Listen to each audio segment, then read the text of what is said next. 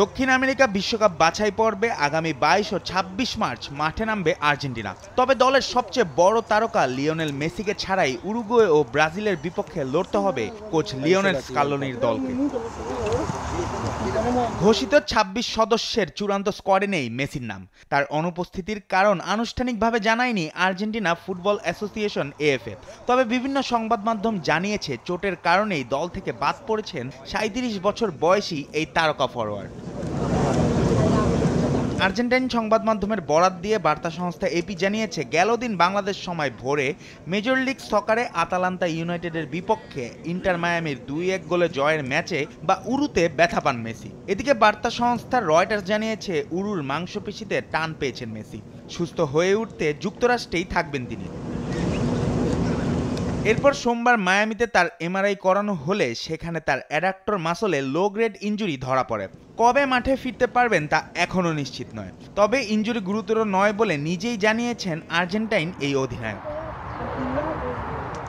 সোমবার নিজের ইনস্টাগ্রামে মেসি লেখেন, জাতীয় দলের হয়ে উরুগুয়ে ও ব্রাজিলের বিপক্ষে দুটি বিশেষ ম্যাচ মিস করাটা দুঃখজনক। সবসময়ই দলে থাকতে চাই, কিন্তু শেষ মুহূর্তে চোট পেয়েছি। তবে এটা তেমন গুরুতর কিছু নয়। মেসির অনুপস্থিতি আর্জেন্টিনার জন্য নিঃসন্দেহে বড় ধাক্কা। শুধু মেসিই নন, স্কালোনির মূল স্কোয়াড থেকে ছিটকে গেছেন পাওলো দিবালা, গঞ্জালো মন্টিয়েল ও জিওভানি লো সেলসো। দিবালা ও মন্টিয়েল চোটের কারণে বাদ পড়েছেন, আর লো সেলসো স্কোয়াডে জায়গা পাননি কৌশলগত কারণে। দক্ষিণ আমেরিকার বাছাই পর্বে ১২ ম্যাচ শেষে ২৫ পয়েন্ট নিয়ে শীর্ষে আছে আর্জেন্টিনা। তাদের ঘাড়ে নিঃশ্বাস ফেলছে ২০ পয়েন্ট নিয়ে দ্বিতীয় স্থানে থাকা উরুগুয়ে। আর ব্রাজিল আছে ৫ নম্বরে, তাদের সংগ্রহ ১৮ পয়েন্ট। এ অবস্থায় মেসিকে ছাড়াই স্কালোনির দল কিভাবে সামলাবে বড় দুই প্রতিপক্ষকে, সেটাই এখন বড় প্রশ্ন।